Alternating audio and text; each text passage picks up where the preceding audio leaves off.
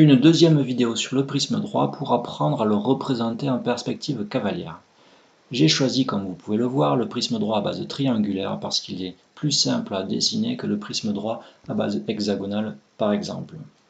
Donc sur le côté gauche, il y a une capture d'écran de celui que nous avons construit tout à l'heure sur GeoGebra.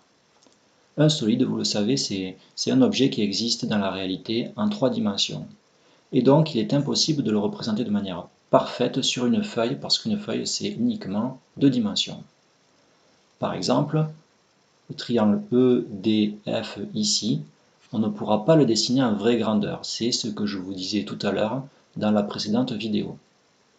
Ce triangle-là, il va être légèrement déformé. Mais on peut quand même représenter ce que l'on voit. Et ce que l'on voit, c'est exactement ce qu'il y a ici. Et on va le reproduire sur le quadrillage, en procédant de la même manière que celle qu'on a utilisée pour le construire sur GeoGebra. On va commencer par une base, et puis on va l'étirer. Donc je prends un stylo, et je vais dessiner ici la base qui est en bas. Voilà. Et puis le troisième côté est invisible, donc il est en pointillé, comme ceci. Ensuite, nous allons représenter la hauteur. La hauteur que l'on retrouve à 3 endroits. Ici, allez, je vais faire 6 carreaux. Ah, raté, il fallait le faire en trait plein.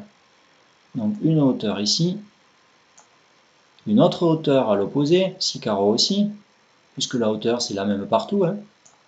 Et puis il y en a une autre ici, 3, 4, 5, 6 carreaux.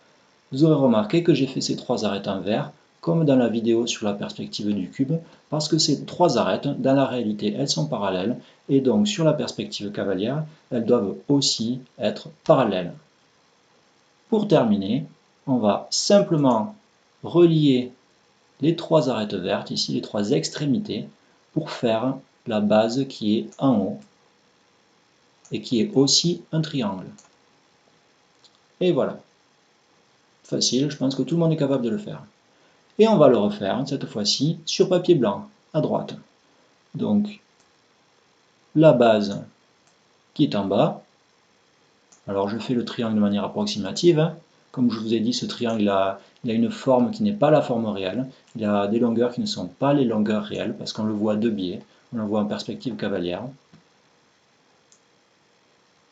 Ensuite, les hauteurs. Alors là, il vous faudra mesurer. Moi, je ne le fais pas, mais il est indispensable de mesurer. Raté de nouveau. Un trait plein. Voilà.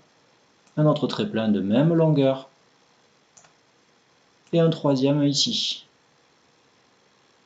Et voilà. On termine en reliant les 3 extrémités. C'est la deuxième base. Alors si parmi vous, il y en a qui trouvent que leur prisme droit il est un peu bizarre, il est un peu déformé, en général, c'est parce que vous n'avez pas respecté la règle des arêtes parallèles. Par exemple, ici, à droite, ce que je suis en train de vous montrer, c'est dans la réalité un rectangle. Donc les côtés opposés doivent être parallèles. Donc cette arête verte et celle-ci sont parallèles. Vous l'avez déjà fait puisque j'imagine que vous avez fait des traits verticaux. S'ils sont verticaux, ils sont parallèles. Mais attention parce que cette arête-là et celle-ci doivent aussi être parallèles. Si ce n'est pas fait comme ça sur votre feuille, eh bien c'est la raison pour laquelle votre perspective est étrange. À vous de jouer!